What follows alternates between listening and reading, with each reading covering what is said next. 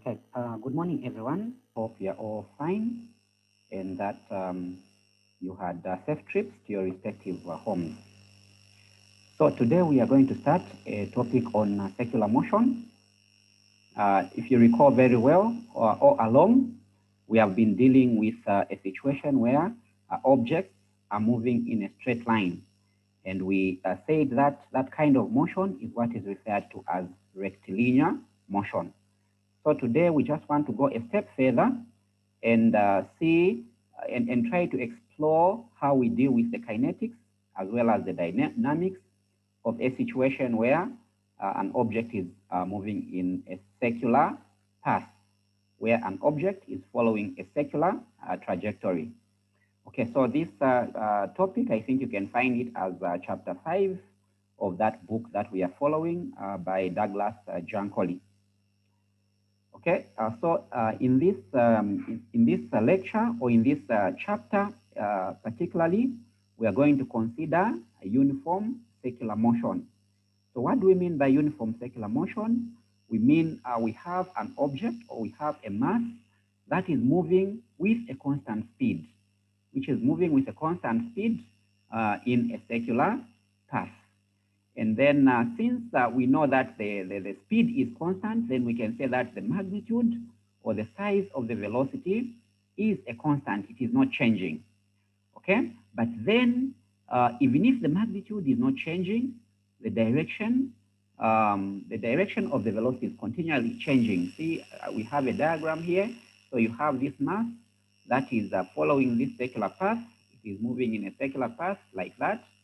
Okay, so you can see that although the speed is actually not changing, it is the same at each and every point, but then the direction of motion is changing continually.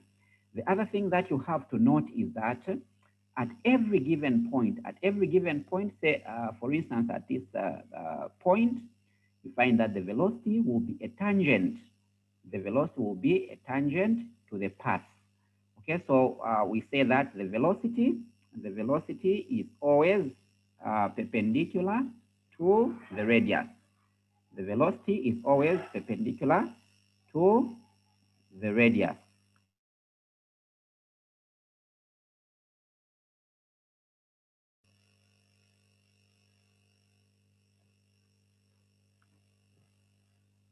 Okay, so I think this is what.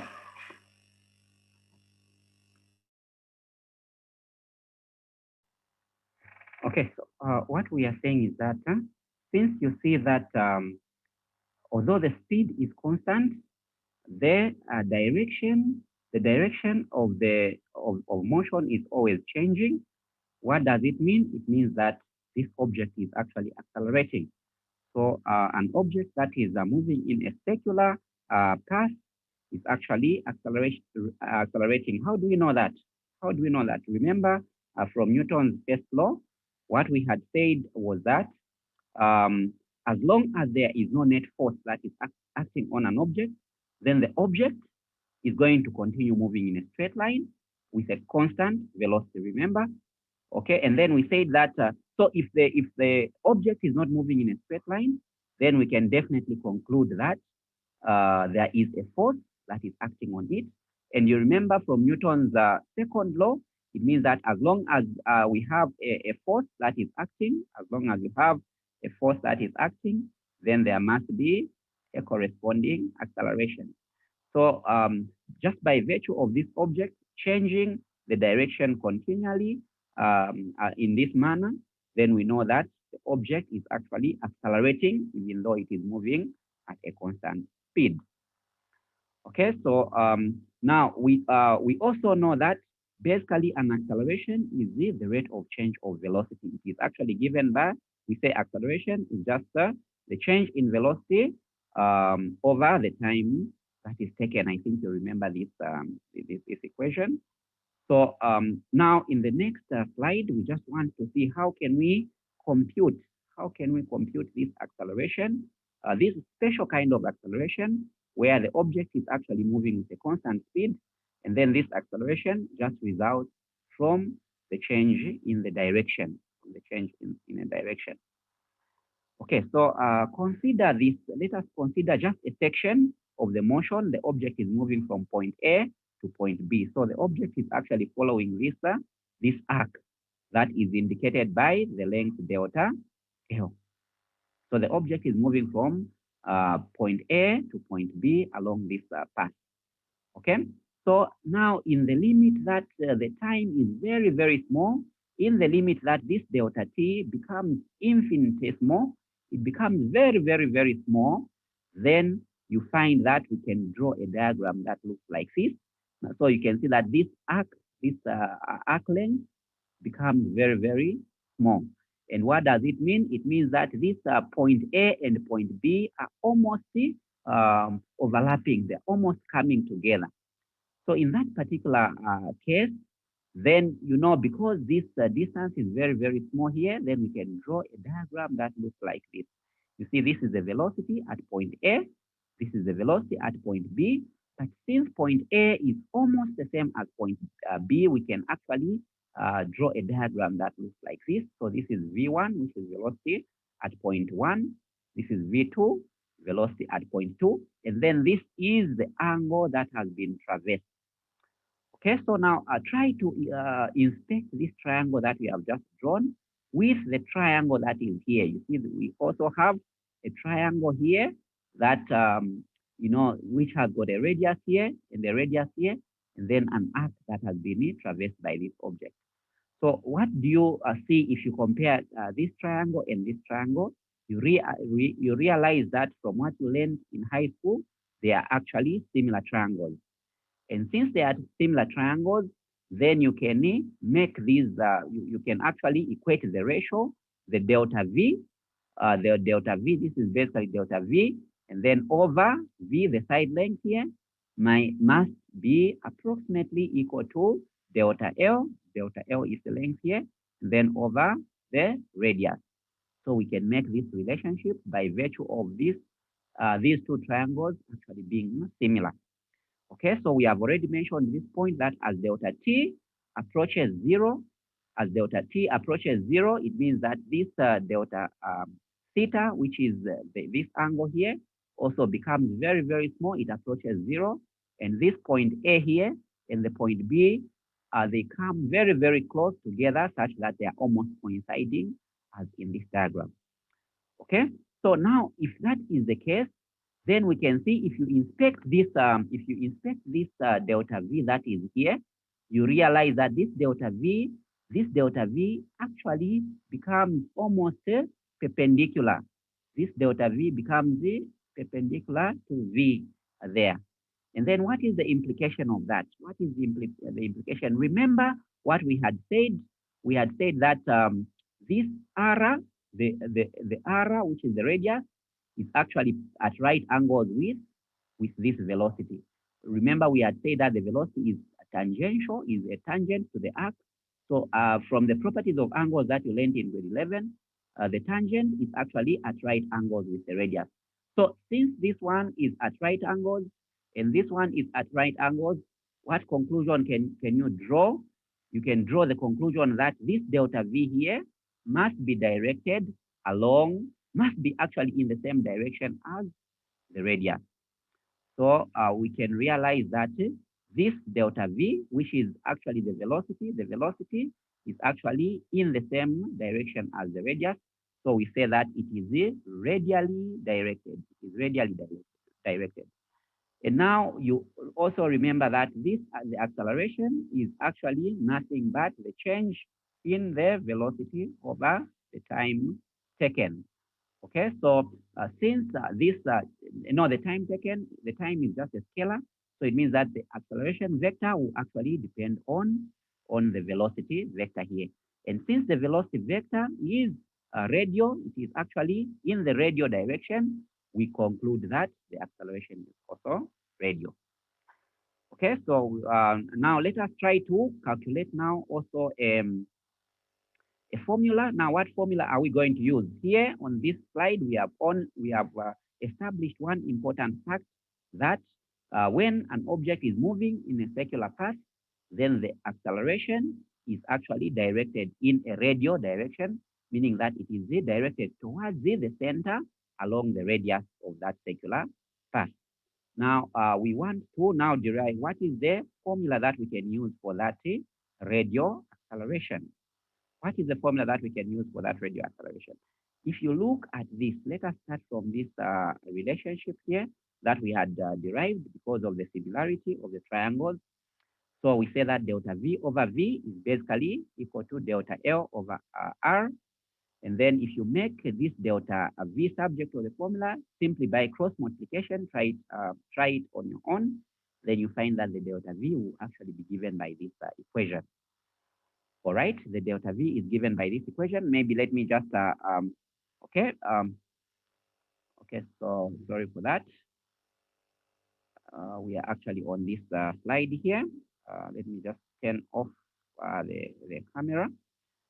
Okay, so what we are saying is that this delta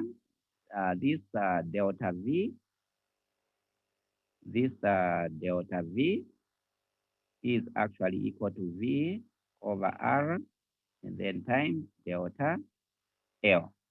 Okay, now we know that this acceleration, we are calling it radial acceleration. But by the way, we can also call it as the centripetal acceleration because it is directed towards the center. Okay, so we are putting this R to signify that it is actually the radial acceleration. So the radial acceleration is basically delta V over delta T. Now delta V is given by this formula here, then the AR can actually be given as V over R and then times delta L over delta T. Remember, delta L is basically the path. Delta L is basically the path that this object is actually following. It is just actually the distance that it covers. So now remember that this distance here, this is basically the rate of change of the distance covered is velocity by definition. So we can just write this V over R and then times this entire thing here. This entire thing here is just nothing but the velocity. So we say that by velocity. Okay, so if you compute this, then you get this V times this V gives you V squared and then over R, which is basically this equation that is here. So we have seen that when you have an object that is moving in a straight line, then the radial acceleration or the centripetal acceleration is just given by the V squared. Remember, V is the velocity or the speed at which it is moving. So V squared over R, and R is the radius of the circular path that that object is following. Okay, so once more to emphasize, we are saying that the direction of this acceleration is radial. It is towards the center of the circular path, and then its magnitude is given by this equation. Okay, to put together what we have discussed so far, we have an object that is moving in a circular path like this. We know that at any given point, the velocity is tangent to the circular path. So the velocity is in this direction that is indicated by the green line, and the acceleration is towards the radius. It is towards the center of the circular path.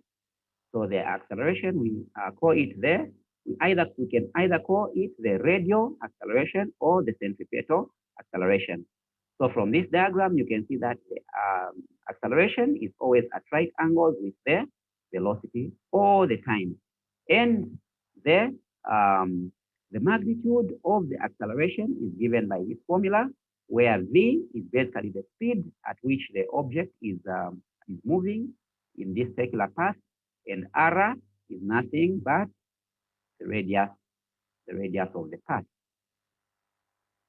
Okay, so let us now move a step further. We talk about the frequency. We talk about technical terms such as the period or the frequency of this kind of motion. Okay, so you see that this object, since it is moving in a circular path, so it will start from one point, then it will go round and round until it comes back to the same point. And again, it will proceed from there. It will make another revolution. It will make another revolution and go on as far as the motion continues.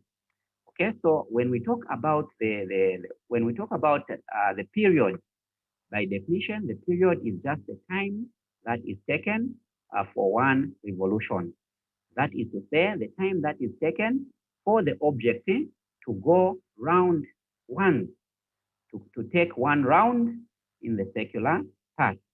So the time that is taken for the object to complete one revolution is what is called the period. And then the frequency is basically the number of revolutions that the object will complete in a second.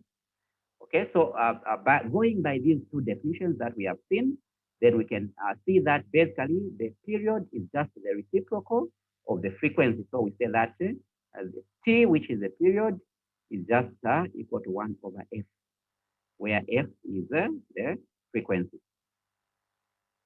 Okay, so now how can we, if the object makes one complete revolution, then what distance has it covered?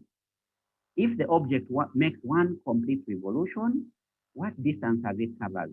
What distance has it covered? Then the distance that it has covered is just basically the circumference of the circle. And from way back in your high school, somewhere in grade 9 there, you learned that the circumference of a circle is just given by 2 pi r, where r is the radius. So you know if the object is moving with a constant speed, you know that velocity is basically just given by the distance covered over the time taken. If the object is moving with a constant speed, then the velocity or the speed is just equal to the distance covered over the time taken. Now, in this case, for one complete revolution, we know that the distance that is covered is basically the circumference, which is 2 pi r, and the time that is taken, this delta t, is just equal to capital letter T, which is basically the period. Remember, by definition, the period is the time taken for one complete revolution.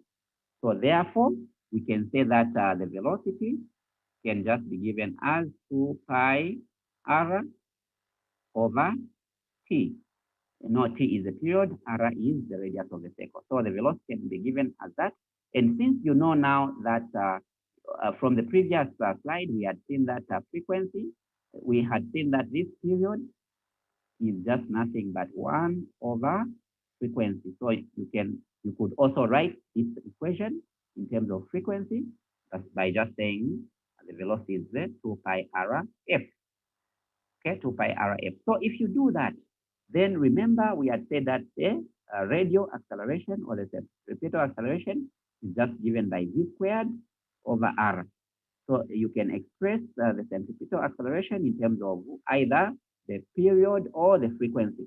So it means that this can actually either be written as, if you write it in terms of the period, then if you write it in terms of the period, then remember you are squaring this, so it will be 4 pi squared, and then r squared, okay, and then over t squared.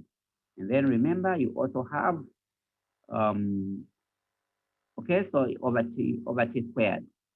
So just that you can write the centripetal acceleration in this manner in terms of the period, or you could also write it in terms of the frequency in this manner, where there was this where the velocity you can replace this this thing there.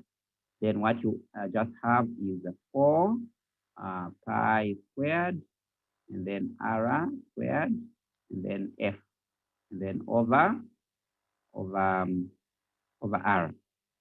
By the way, there's something that we had forgotten here. We had forgotten to put the r, and also to show that this r will cancel with one of those r's. So this r in a similar way would cancel with that. So this can just be written as 4 pi squared, and then r f. So you could write the centripetal acceleration in terms of frequency in that particular manner. Okay, so let us just try to demonstrate what we have said using a very simple example. So the example says that a 150-gram ball at the end of a string is revolving uniformly in a horizontal um, circle of radius 0.6 meters.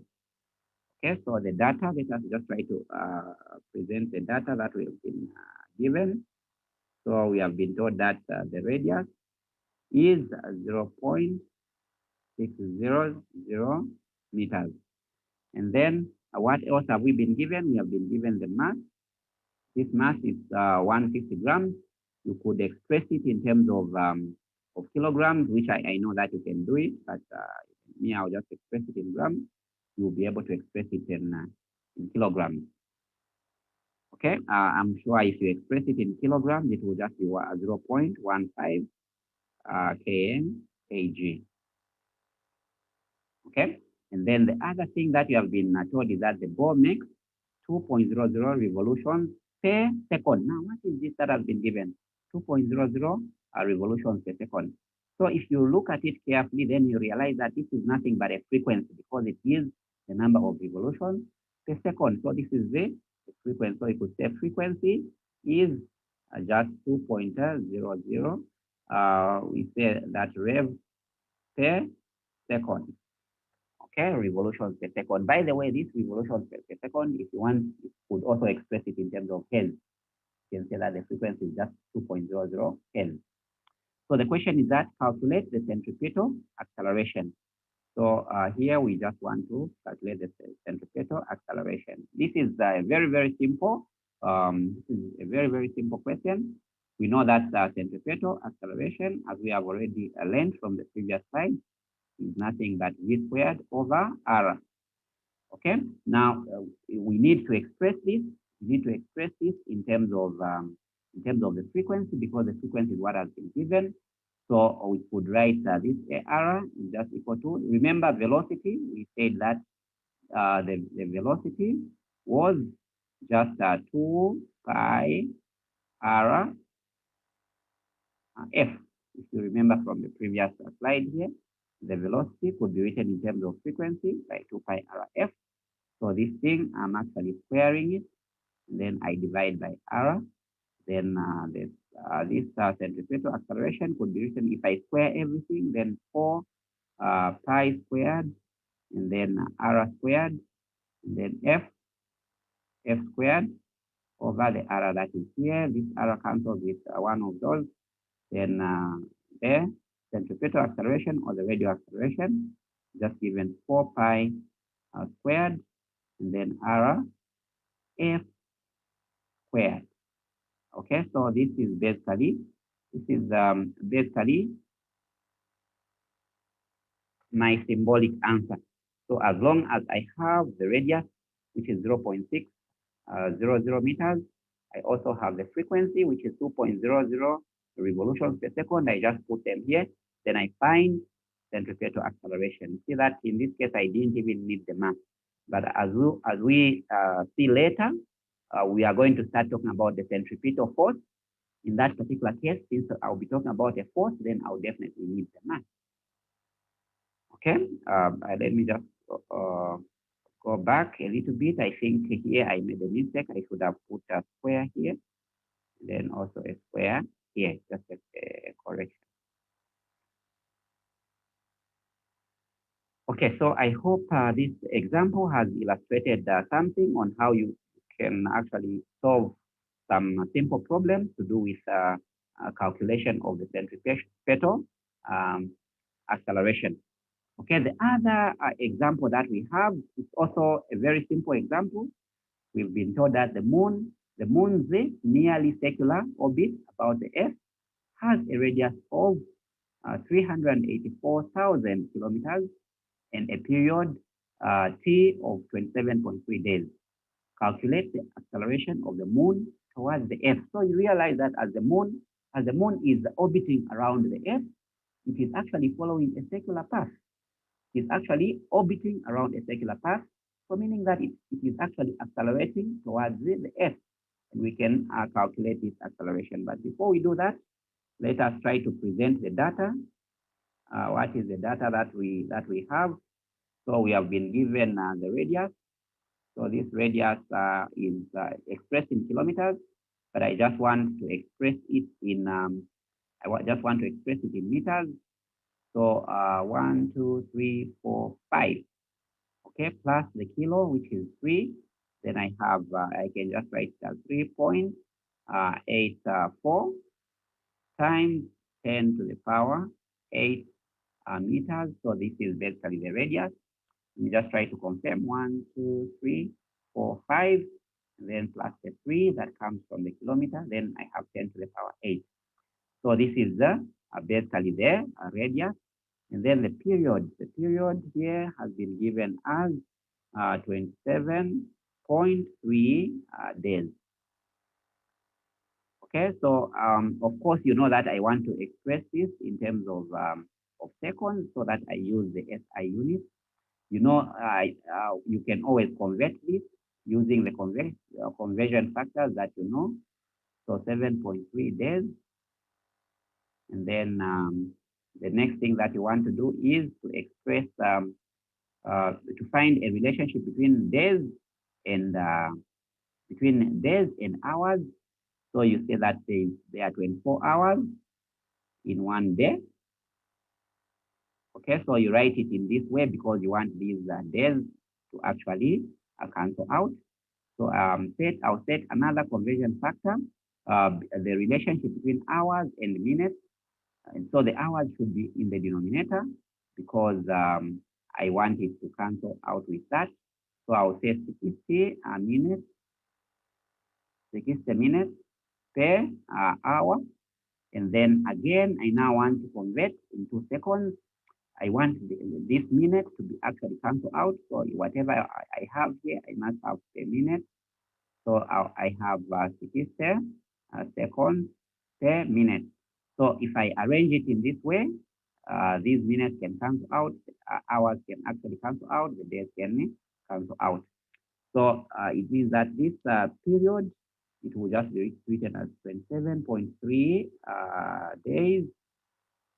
Sorry, the days have already cancelled. So 27.3 times 24 times 60 by 60, it will just give you 3,600 and then seconds. So you can use your calculator to multiply this and then it will actually be in seconds.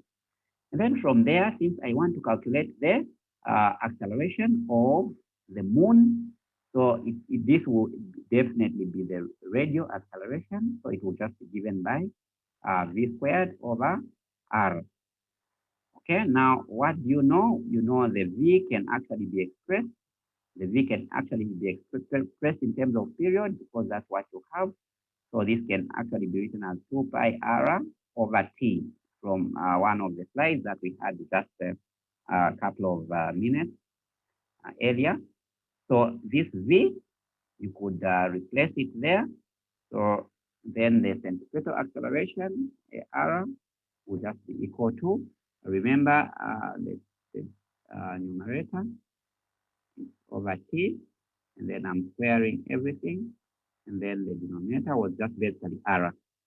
Then ar is just equal to, you try to work it out, then we have 4 pi squared, then r squared, okay? And then over, see the t is in the denominator, so I'll just say t squared times r. This r is here, the one that was there even before, then the t, I've just squared it.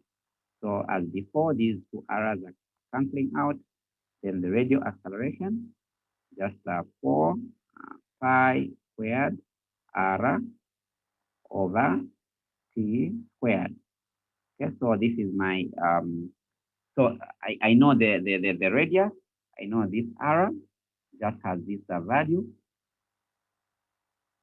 Okay, this r just has this value, so I can substitute it there. Then the t, I also know it has this value, so I can substitute it there. I'll ask you guys to just do that, and then to convince yourself that this is basically what you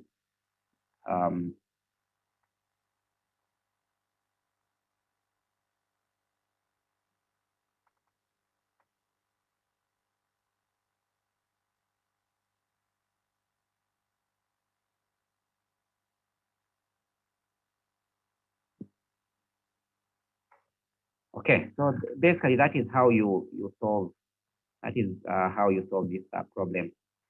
Okay, so now let us now try to discuss the dynamics. Let us try to discuss the dynamics associated with circular motion. Now, remember when we talk about dynamics, then we are trying to talk about the concept of the force, because we know that the motion is the cause of the motion is very much related to the force. Okay, so since we know that when an object is moving in a circular path, it has an acceleration that is associated with it. And from Newton's second law, you know that whenever you have an acceleration, then you must have a force that is acting on the object. You must have a net force that is acting on the object. So therefore, we can say that the resultant force, or the summation of all the forces, must be equal to the mass times the acceleration. But then we know that this acceleration that we are talking about is nothing but the radial or the centripetal acceleration. So Newton's second law can now be written in terms of circular motion, that the summation of all the forces, or the net force, the net radial force, is equal to the mass times the radial acceleration, which can be written as the mass and then v squared over r. Remember, radial acceleration is just nothing but v squared over r. R is the radius of the path. Okay, so in short, we are saying that in order for an object to continue in its circular motion, in order for an object to continue in its circular motion, a force is required to keep that object in circular motion. And what is the magnitude of that force? The magnitude of that force is just given by this equation, which is just an example of Newton's second law for circular motion. And the emphasis is actually placed on this statement. The direction of the force is continually changing. See, the direction of the force is continually changing. And what does it mean? It means that the force is continually acting. The force is continually acting. And what is the direction of that force? At any given point, the direction of that force is towards the center. For example, let us say that we have a ball that is being twirled on the end of a string, as shown in this diagram. So if this is a string and you have a ball that is being twirled around like that, then where is the centripetal force coming from? Where is the centripetal force coming from? The centripetal force is actually coming from the tension of the string. You see, in this particular case, you see that you have this agent, the person who is applying a force in this particular direction. The person is applying the force in this particular direction, but then the string is also, according to Newton's third law, the string is also developing a tension within it, and that tension is what is actually supplying centripetal acceleration. Okay, so I think most of these this slide, most of the things have already been explained. What I just want to actually point out is that this centripetal acceleration, the centripetal force, is not a new kind of a force. Okay, this force could actually come from tension in a string. It could come from gravity. It could come from friction, and so on and so forth, depending on the situation on the ground. Okay, and the other thing that I want to clear out at this point is the misconception that is always there, that when you have a centripetal acceleration towards the center, then you should also have what is called the centrifugal force, which is directed outwards. So I want to emphasize that the centrifugal force is not a real force. There is no such a thing as a centrifugal force that is directed outward. So this one does not exist. I'll rub it out. So basically what is happening is what we had explained earlier. If you have a ball that is at the end of a string and the ball is being twirled in a circle, then this person is the force on the hand, which is being exerted by the string, is actually in this direction, in this direction. And we have another force according to Newton's third law. Because of this force, another force will be developed in the string, which is actually called the tension, and then which is the force on the ball exerted by the string. So you have this pair of forces. So you don't have any centrifugal force that is going in that direction. This is wrong. We don't have that particular force. Okay. So so now how do we know that? How do we know that? Imagine that you are actually twirling this circle there around this ball here around the circle using a string, and then if the string snaps, if this string snaps, it breaks. Then what is the direction that this ball follows? It doesn't follow a path like that. It doesn't follow a path like that, but it follows a path that is tangent. That is tangent. Why? It is actually obeying Newton's first law, because this force that was going towards the center is no longer there. So the object just continues to move in a straight line in accordance to Newton's first law. Okay, so this here shows us very clearly that there is no centrifugal force that points outwards on the ball. Okay, another example that we can get is when you have this grinder. This is basically the grinding machine. You're trying to grind something with a rotating grinding wheel. So you see that the spark, if you observe the sparks, the sparks are they only fly at tangent to the wheel. So it means that these sparks are actually flying in the direction. Why are they flying tangent to the wheel? Because they don't have any centripetal. They don't have anything that is providing the centripetal force. So they just continue moving in a straight line in accordance to Newton's first law. All right. So now let us do another example. Let us do another example on the dynamics associated with circular motion. So the example reads, a ball of mass 0.15 kg on the end of a massless cord of length 1.1 meter is swung in a vertical circle. So now we have actually underlined this vertical circle. So it means that this ball is actually moving in this direction. If you look at this as a ground, okay, I don't have space to draw the ground at a good distance. And then if you look at this as a ground, you see that this is a vertical circle because it is vertical with respect to this horizontal ground. Okay, so now we are told to say that calculate the minimum speed the ball must have at the top of its arc so that the ball continues moving in a circle. Calculate the minimum speed that the ball must have at the top of its arc so that the ball continues moving in a circle. That is part A of the problem. And then part B says that calculate the tension in the cord at the bottom of the arc, assuming that there the ball is moving at twice the speed found in part A.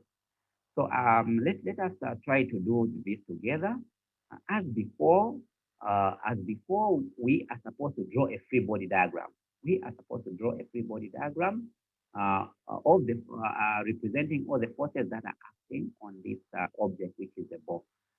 So let us look at part A of the problem. Part A of the problem is interested in the top, at the top of the arc. So somewhere here, this is the top of the arc. So what are the forces that are acting? Remember, we said that there is no centrifugal force that is going upwards. So the forces that are acting is the weight. This object has a weight, which can be represented by mg right there. And then we also have the tension. Remember, the tension is the one that is providing the centripetal force. So at the top, we have represented it as the tension. This is Ft, which is the force due to tension, 1. So we are saying that 1 is associated with the top, 2 is associated with the bottom. Okay, so Let us try to draw a free body diagram for part A. Remember what we agreed, that we must always indicate the coordinate system that we are using on the free body diagram. So, and then I also gave you a hint that it is helpful to make sure that your positive coordinate is in the direction of the acceleration. So you see that the acceleration in this case, when we talk about the top, the acceleration is directed downwards because the center is downwards. So I'll draw a coordinate system. I'll adopt a coordinate system where down is the positive y-axis. So my coordinate system will, okay, so I just want to repeat. I just want to repeat what I had said. Okay, so we are saying that we are trying to draw the free body diagram here at the top of the circle. So the acceleration is downwards. The acceleration is downwards because it is, you see the center is here. This is the center. So the acceleration is the centripetal acceleration. So it is downwards here. So I'm going to draw a coordinate system where the positive y-axis is going to be down here. And then I'm going to take, place this object right at the origin. And then I want to indicate the forces. What are the forces that are acting on this object? The first force is basically, the mg, which is the weight. You see the weight is downwards, always downwards. But then apart from this weight, apart from the weight, there's another force. There's another force, which is the centripetal force, which is due to tension. So there's another force which is also downwards. And this force, we are actually calling it the tension. And then we are denoting that by Ft. And on this same diagram, remember this is a free body diagram. So on the same diagram, I must also indicate the acceleration. The acceleration is in this direction. Okay, so now let me try to apply Newton's second law. So I'll say that the summation of all the forces in the y-axis must actually equal to the mass times the acceleration. This is the radial acceleration that I'm talking about. Okay, and then remember this radial acceleration. Let me try to sort out the summation of all the forces. You see, all these forces are actually positive because they are pointed in the direction of the positive y-axis. So I'll say that Ft, which is the tension, and then plus mg must be equal to. Now, remember centripetal acceleration or radial acceleration will just be v squared over r. So this will be m v squared over r. Okay? All right. So I have this equation that has just resulted from Newton's second law. So what should I do now with this? Remember, the question says that find the minimum speed. I want to find the minimum speed. And I've actually even been given the hint to say that the minimum speed at the top will happen for the minimum tension. So when the tension here is minimum, that's when I'll have the minimum speed. Why is that so? Because if this tension, if I have, so what, to start with anyway, what is the minimum tension that you could have? The minimum tension that you could have is actually 0. So it simply means that if, as this ball is actually going upwards, if the tension becomes 0 before it reaches the top there, then it will not even make it up to the top in order for it to continue moving in a circle. So it means that the minimum speed will actually correspond to having the tension when the ball is in this position to be equal to 0. So I'm just saying that at top, then this Ft must actually be equal to 0 for minimum speed. This must be equal to 0. So what does it mean? It means that I just have mg must equal to mv squared over r. Okay, so these masses can cancel out. What am I looking for? Really, I'm actually looking for the velocity. So So this velocity, remember, is actually the minimum velocity. The minimum velocity that is required for this ball to make it to the top. Okay. If I make this v subject to the formula, so v squared will just be nothing but gr. It implies that the v mean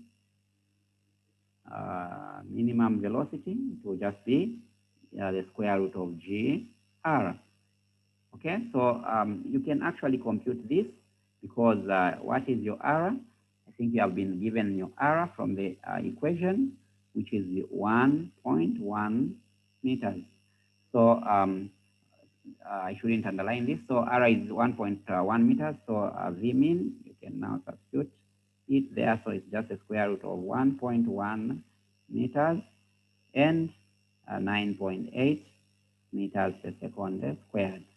So when you take this square root, then you'll be able to find, using your calculator, you'll be able to find your minimum velocity. Okay, so let us look now at the second part of the problem. So it says that find the tension in the cord at the bottom. So we are now at the bottom of the arc. The other thing that has been given is that, assuming that the velocity is twice, the velocity is twice what we have found. Remember what we have found here? Velocity, we have found it to be the square root of gr. So we are saying that the velocity is twice. At the bottom, the velocity is twice. That's what we have been given by the problem. Okay, so we must again construct a free body diagram for part B. We must construct a free body diagram. Okay, so remember, let us go to our mini diagram. So the centripetal, the acceleration is up towards the center. Remember, the center is here. So if the object is here, then the centripetal acceleration or the radial acceleration is in that direction. So I want to construct a coordinate system where up is positive. So I construct a coordinate system where up is positive, and you see this object is actually down here. And what are the forces that are acting? If you go to that diagram, the forces that are acting, you have upwards, you have downwards. You see the mg is the weight, so it will always act downwards. But then in this particular case, the centripetal force is upwards towards the center. So this is the centripetal force. It is actually due to tension. It's actually due to tension. Okay? So now I apply my Newton's second law as usual. So what is my second law saying? Saying that the summation of the forces, this is the y-axis, the summation of the forces in the y-axis must be equal to the mass times the acceleration. In this case, it's the radial acceleration. Okay, and I know that my radial acceleration is v squared over r. And then what is this? The net force, the summation of forces. In this case, I have this, which is positive. Ft is positive, and then mg is negative. So everything must be equal to v squared over r. Okay, so the question is asking for the tension. The question says that find the tension in the code. So I make tension subject to the formula. If I do that, the tension will just be equal to, if I take this one, this becomes a positive, and I can factor out the m, which is common. So I just have m, and then I'll have v squared over r, and then plus g. I've just factored out the m. Okay, now, but we have been told, okay, but we've been given,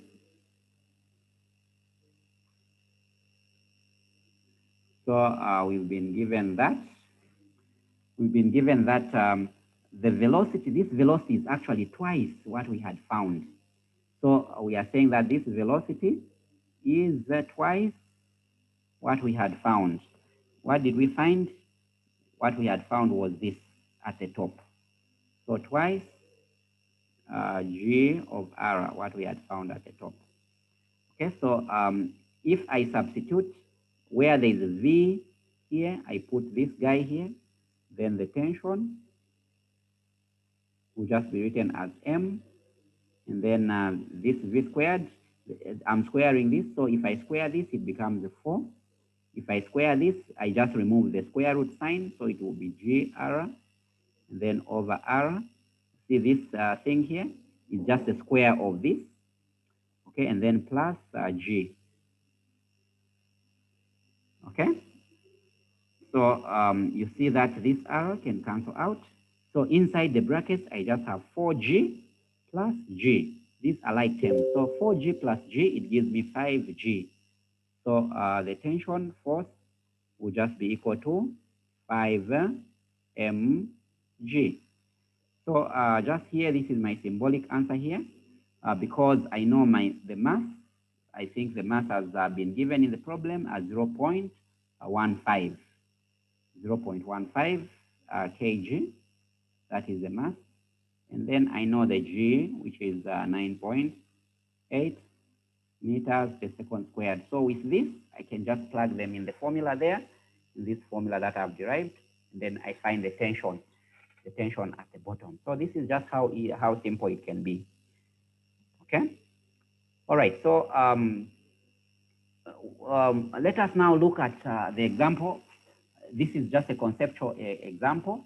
Sometimes you can be given what is called a conical pendulum. This is what is called a conical pendulum. So you have this pole. This pole, it maybe it's a rod or something. And then you have a mass that is actually attached to this to one end of the cable through this rope or through this string. So it means that if you give this mass a certain velocity, then it will start going round. It will start going round. You are following a circular path. Okay, so now this, you see, as it is moving, let us try to analyze. Let us try to analyze the dynamics of this motion here. Okay, so I want to show you a certain simulation. Let me show you a certain simulation. Okay, so this is the simulation. This is the simulation that I was talking about. So you have this as the rod or the pole, and then to this pole you have this mass that is attached through a string. So in short, you see this is actually moving around. If you give it a velocity, you can push it. So if you push this mass, it starts moving around a circular path like that. It starts moving around a circular path like that. So this is actually what you call a conical pendulum.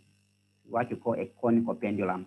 So you can say you can see that there is an angle that the string. Maybe let me try to pose it at a certain point. Let me try to pose it just somewhere there. So there is this angle. There's this angle that is here. This angle that is here, you can actually call it theta. And the theta, as this thing is going round, you see that the theta is constant. The theta is not changing. It will just be the same value. Okay, so now let me show you the forces that are acting there. So what are the forces that are acting? First of all, there is the tension in the string. So the tension is directed in this direction. Okay, so you have the tension in this direction here, and then you have the weight, the mg, which is vertically downward. Okay, now this tension here can actually be resolved in the x-axis and in the y-axis. So let me show you the components of the tension. See, this is the tension, so it's in the x-axis, and this is the x component, and this is the y component. Now, remember I had told you that the theta, you have the theta that is somewhere here.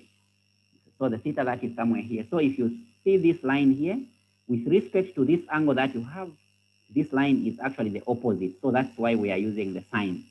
This line is the opposite. And what about this? This is the same as this. You see, with respect to the angle that you have here, this is actually the adjacent.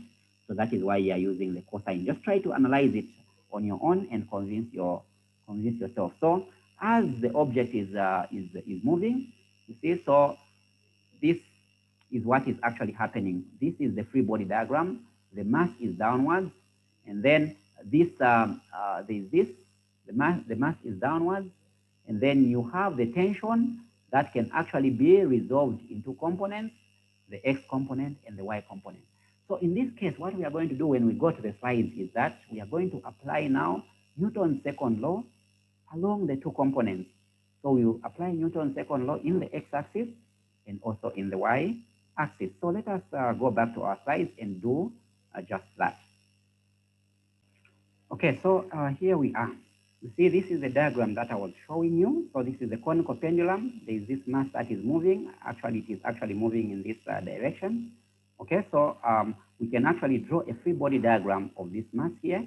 You know, the weight is in the y-axis. So I can draw the free body diagram where up is my y-axis, then this is my x-axis. Okay, so what are the equations? If I apply Newton's second law along the x-axis, I will say that the summation of all the forces in the x-axis must just be equal to the mass times the acceleration in the x-axis. Now remember, the acceleration in the x-axis is nothing but the centripetal acceleration, because this object is moving in a circular path like that. So the x-axis, the force in the x-axis is nothing but the centripetal acceleration. So I would just say that I'll say, and what is providing that centripetal acceleration? It is basically the x component of the tension. So I say the x component of the tension is just equal to the centripetal force, which is equal to the mass times the centripetal acceleration. So the x component of the force is just equal to mv squared over r. So if this angle here is your theta, if you like, then you see that the x component of the force can be written as f sine theta. It must actually be equal to mv squared over r. So this is one of the equations that you can use. This is one of the equations that you can use in order to find whatever you want. And in the y-axis, you see that in the y-axis here, there is no acceleration, because all the acceleration is actually centripetal. Okay? So you say that the summation of all the forces in the y-axis must actually be equal to 0. And what is this summation of all the forces in the y-axis? You see, upwards here, you have the y component of the tension. So y component of the tension is nothing but t cos theta, and then minus mg. We are saying it must be equal to 0. So it implies that this t cos theta must actually just be equal to mg. So this is the second equation that you can use. So from this conical pendulum, you have two equations, equation 1 and equation 2, that you can actually solve simultaneously in order to find whatever it is that you want to find. Let us now discuss another concept, very, very important concept to do with what we are discussing, okay? And that is the issue of highway curves, okay? The issue of highway curves. Okay, so I would also, you imagine that you have a curve. This is basically a curve on the highway where the vehicle is moving. Okay, so if the vehicle is moving, is trying to negotiate a curve like this, what does it mean?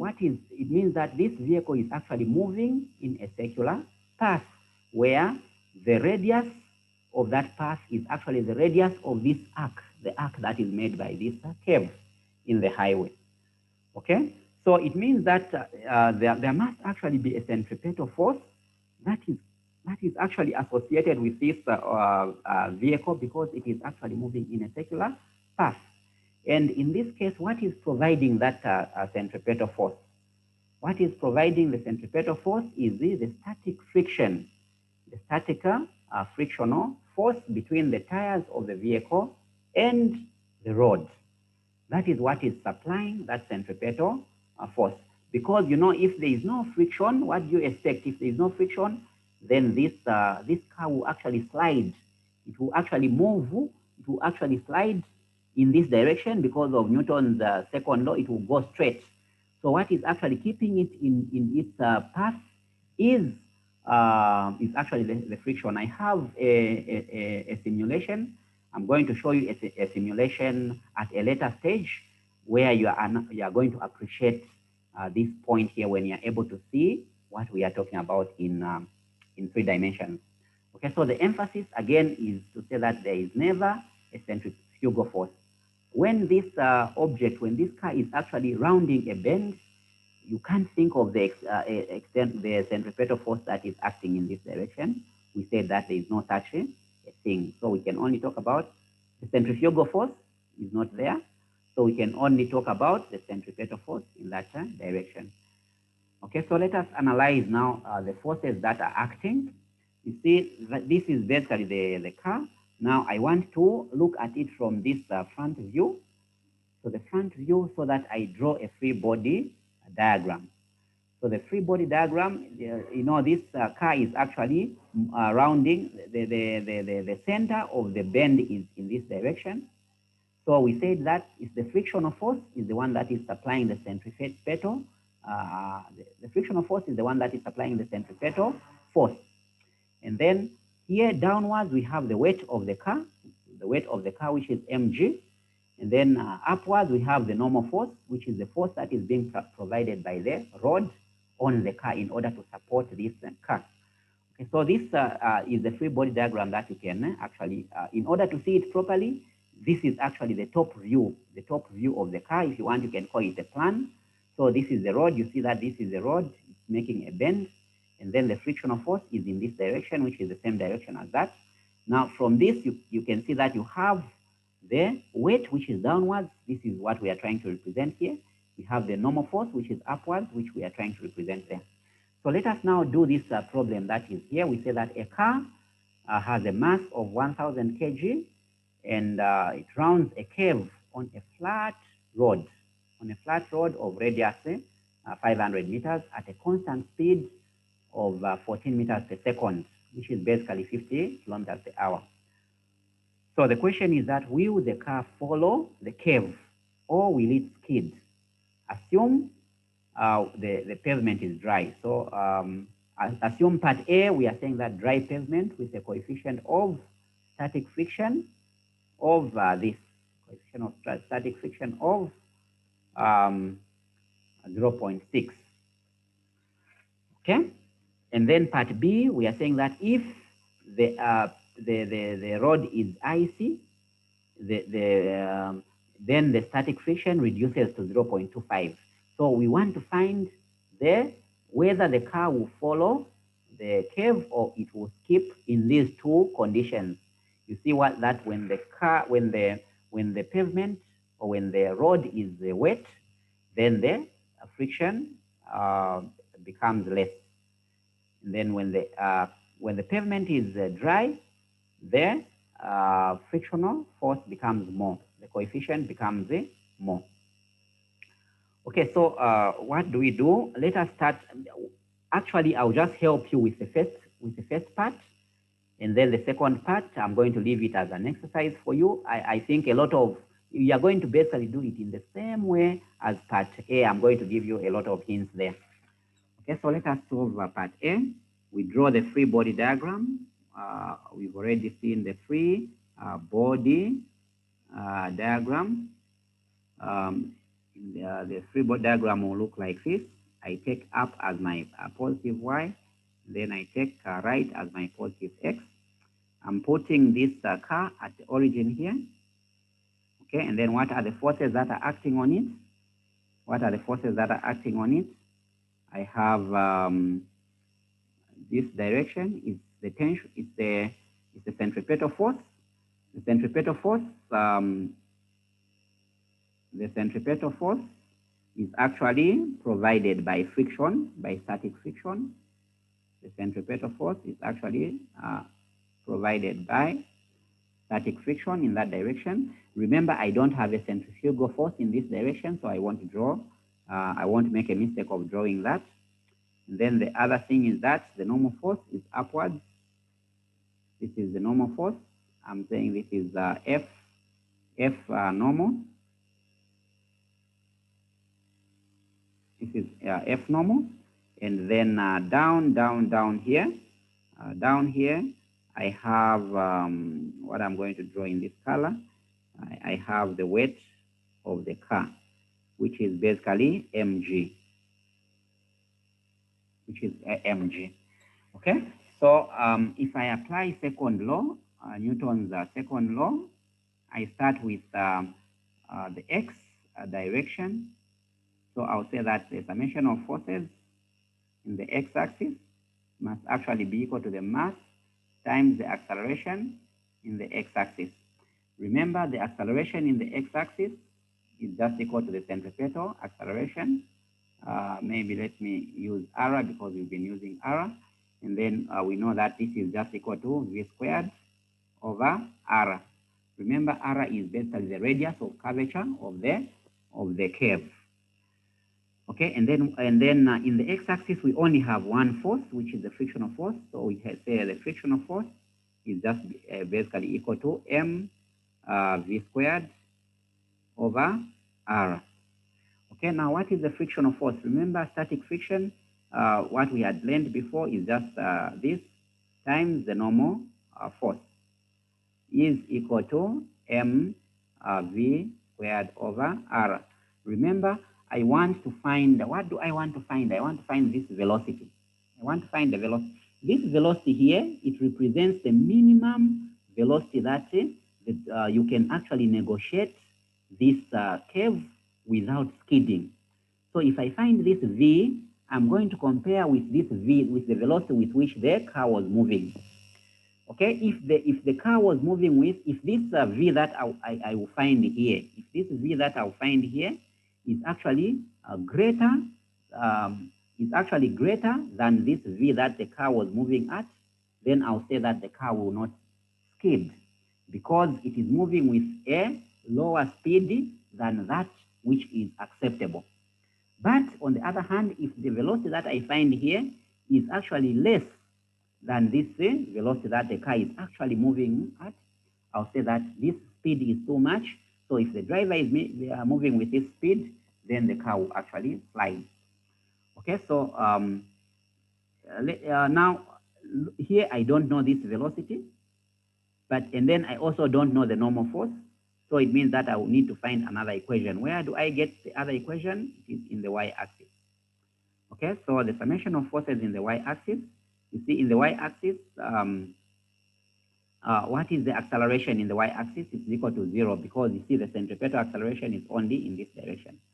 Okay, so the sum of forces, I have the normal force, and then minus mg must actually be equal to 0, means that the normal force must be equal to mg. So the normal force is equal to mg. So if this was my equation 1, then this will be my equation 2. So I can actually substitute my equation 2 into equation 1, where there is Fn in equation 1, I can write mg because remember, I know the mass. I think I know the mass. So if I replace it here, then the only unknown that I remain with is the velocity, which I can calculate. So if I do that, I have mu s times the Fn, which I can now write as mg, is equal to m v squared over r.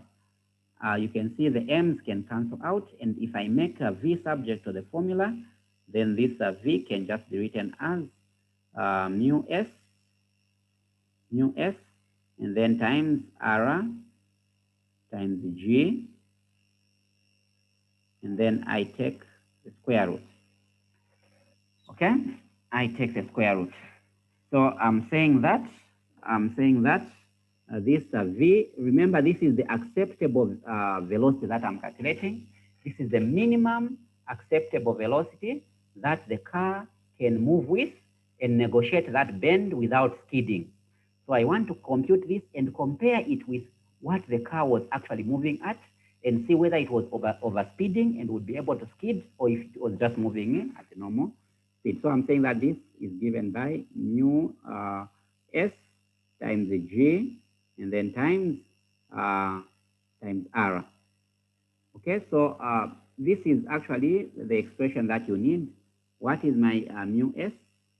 Mu s has been given for the dry pavement. Mu s is 0.6 for the dry pavement, 0.6, and then what is r?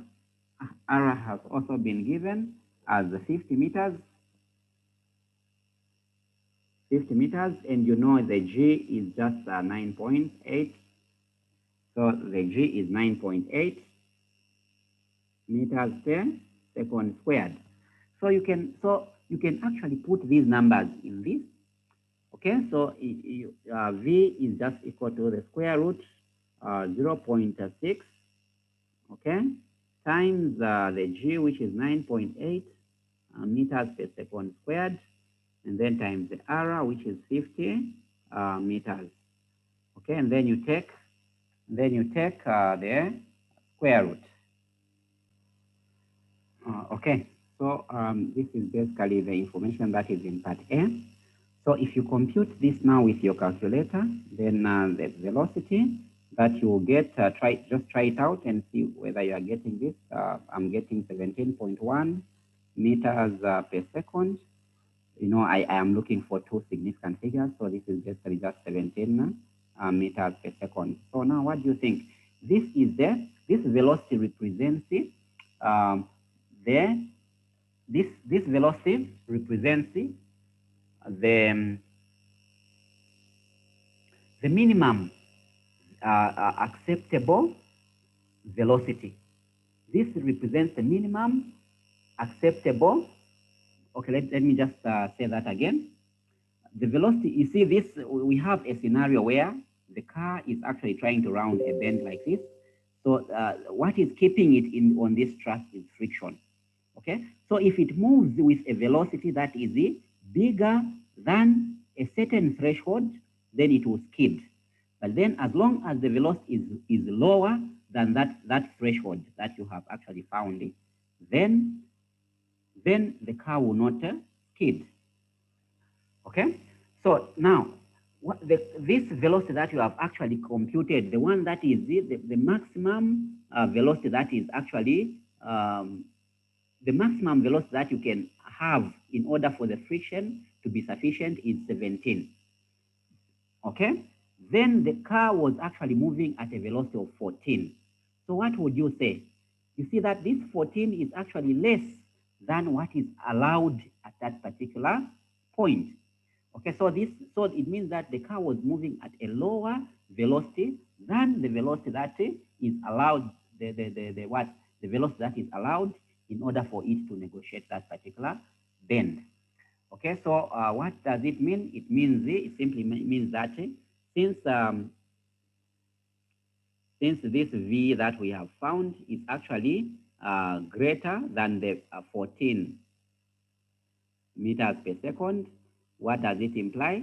It implies that the car will not, the car will not skid because it was within the speed limit. So these are the considerations that you make when making a speed limit on a highway. Okay, so now I'm leaving it for you to do part B. I think in part B we have mu S 0.25. And then the R still remains the same because it was on the same road. And then the G definitely is still the same gravity. So try to put it there and then compare the answer that you have found with the speed that the car was moving at, which is 14 meters per second. And you can actually make the conclusion whether the car was able to skid or not. Okay, so in short, we are saying that if the friction force is insufficient, the car will tend to move more nearly in a straight line. So the car will skid.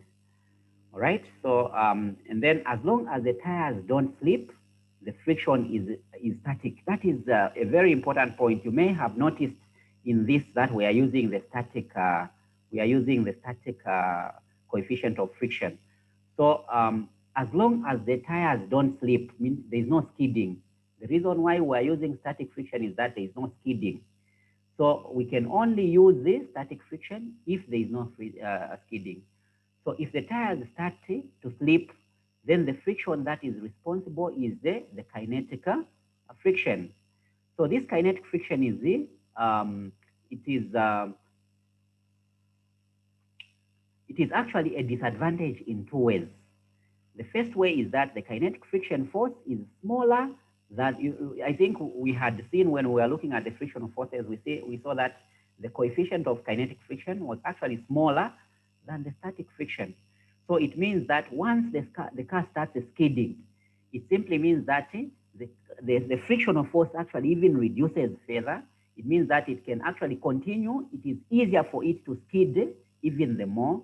So that is why it is very important that the car always maintains the grip that it has on the road. The second point is that the static frictional force points towards the circular center, but the kinetic frictional force opposes the direction of motion. So it means that this kinetic friction, it will not actually go towards the center. It will not keep the car, it will no longer keep the car on a circular track. It will actually point in the direction that is opposite to that of motion. Okay, so as we are now closing this, this lesson, let us look at the concept of banking. What is banking with regard to roads? What is banking with regards to road construction? So allow me to just show you something. Let me just show you something before we come back, because I think this figure will be very difficult for you to interpret unless you see a three-dimensional diagram. So I think let us just go online and see if there's anything that we can find there that can help us to visualize what is happening so that we understand the concept of banking data. Okay, so I think in the next 4 minutes, I just want us to watch this video here. It's a YouTube video, just for us to appreciate what is going on.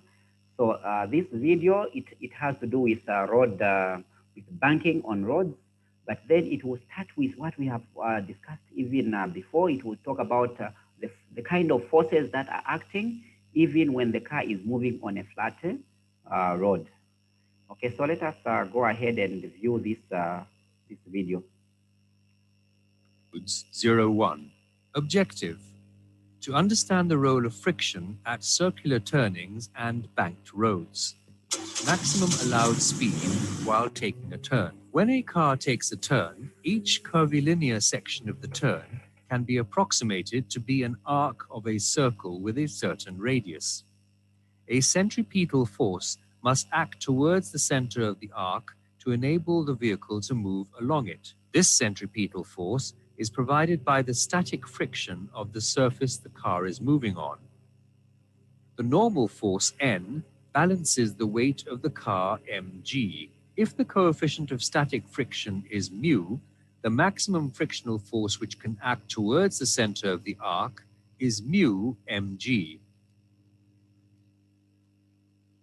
While making a turn, if the velocity of the car is v and radius of the arc is r, the centripetal force acting on it would be equal to mv square by r.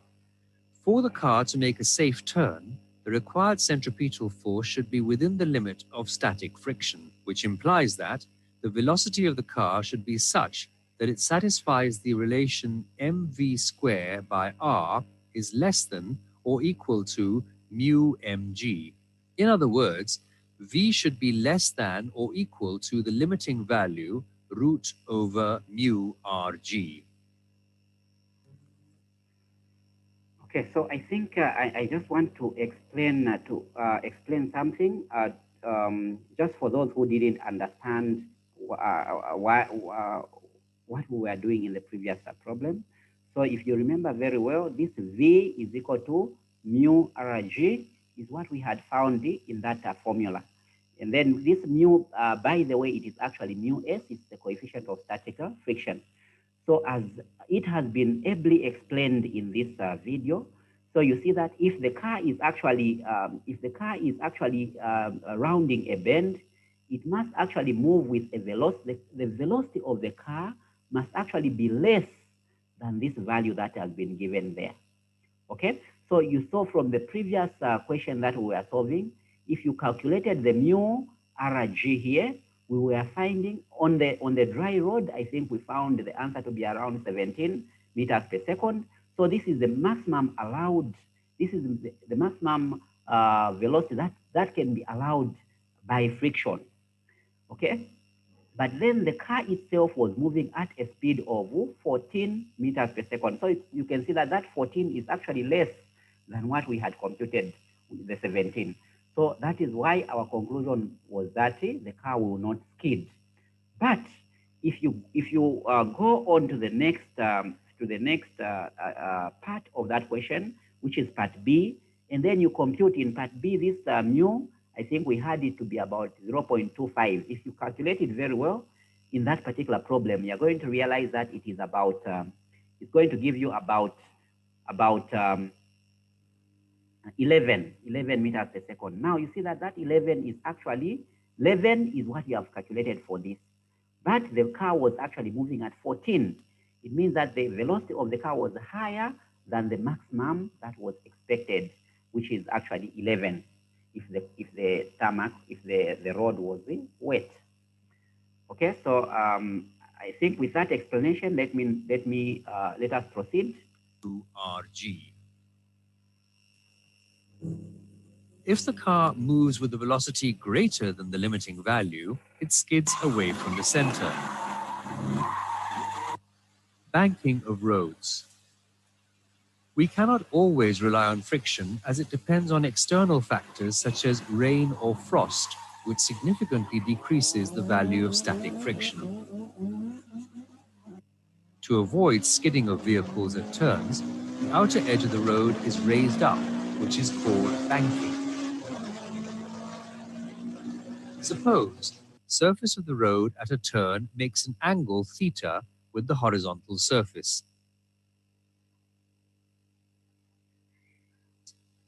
This results in the horizontal component of normal force, n sine theta, acting towards center, providing the necessary centripetal force at the turn. Friction is not taken into consideration here. Therefore, n sine theta is equal to mv squared by r. The vertical component of the normal force balances the weight of the vehicle. So, n cos theta is equal to mg. From these equations, we arrive at the equation tan theta equals to v squared by rg. Thus, v is equal to root over rg tan theta. This equation gives the speed which, in the absence of friction for a given angle of inclination and radius of curvature, would ensure that the vehicle remains in its designated path. This is known as the rated speed or balancing speed of a turn. Rated speed of a curve does not depend on the mass of the object. Summary. The maximum speed with which a vehicle can move without skidding while taking a turn on a horizontal road is root over mu rg. The maximum speed with which a vehicle can move without skidding while taking a turn on a banked road is root over rg tan theta. Banking of road.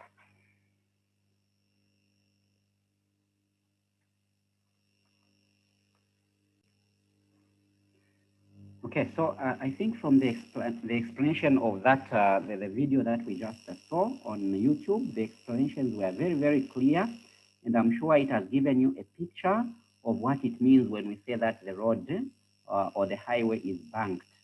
Okay, so it means that the outer part of the road has been raised a bit just in order to increase the stability of the vehicle. So in short, the most important thing that we have here is the normal force. So you see that this normal force here, the normal force, you can actually resolve it into the x component. So you say this is Fn sine theta. Remember the theta is this angle here that the normal makes with the vertical. So this here is Fn sine theta if you do your resolution of vectors properly. And this here is Fn cos theta. And remember the mg, which is the weight of the car, is always vertically downwards. So if you now apply Newton's second law, in the x-axis, we are saying that the sum of all the forces must be equal to the mass times acceleration. Remember, The acceleration in the x-axis is basically the centripetal acceleration. So we are saying that the x component of the normal force must just equal to mv squared r. Okay, and then remember that this is just nothing but Fn sine theta. So we are saying that Fn sine theta must be equal to mv squared r. So this is the first equation that you can use in the x-axis.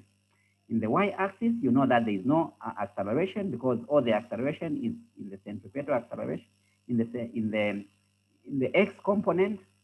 So the summation of all the forces must actually be equal to 0 in the y-axis. So if you see here, we have chosen up to be positive. So it means that your Fn cos theta minus mg here must equal to 0. And then if you take, if you rearrange this equation, then you just find that the Fn cos theta must be equal to mg. And then if you make Fn subject to the formula, then you just have mg over cos theta. So let me write these two equations that we have. I think let me write these equations. So the first equation that we had was Fn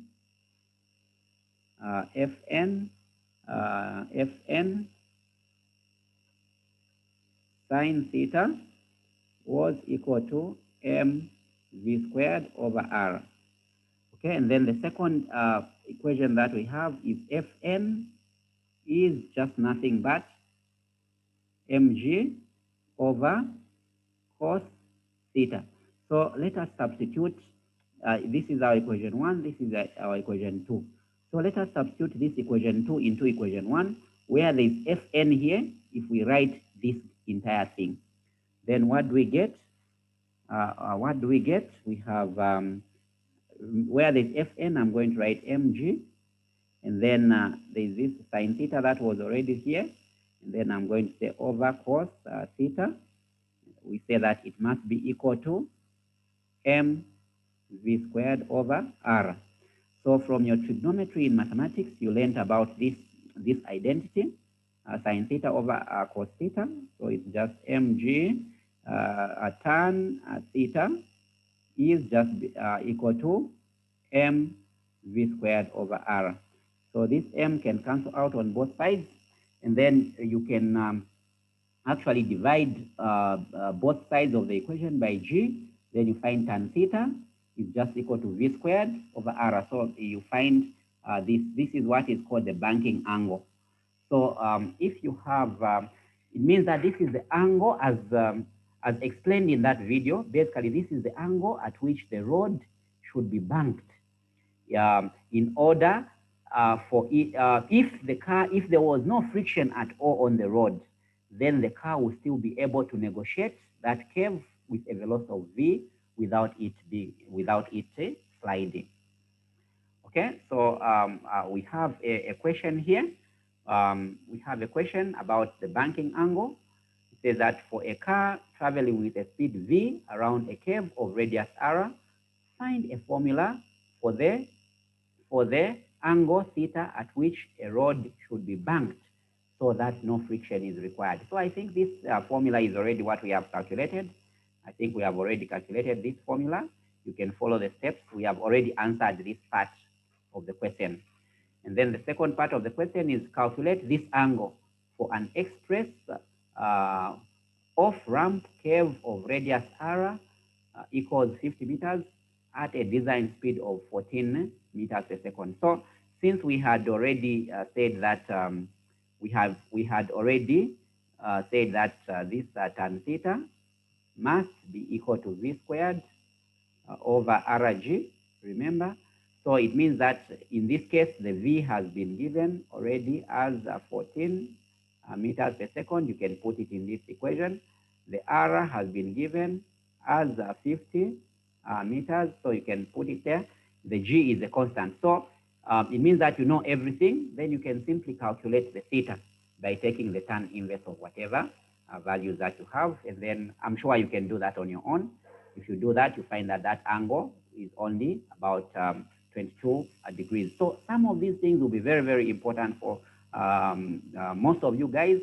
probably who are going the engineering route, especially civil engineering, because these are some of the calculations that we are required to make when you are doing road design.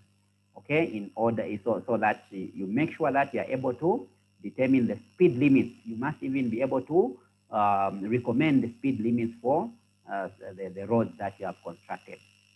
Okay, so ladies and gentlemen, this is the end. I think this is the end of our lecture for today. And I must mention that this is the last lecture that we are having together. I just wanted to introduce circular motion to you. And then in the next lecture, my colleague and friend, Dr. Manyika, is going to take over and is going to carry you through the rest of the course. In the meantime, I just wish you well in the course. Continue working hard and continue exerting yourself. The bottom line about academics and physics in particular is that you should never, ever give up. Thank you very much.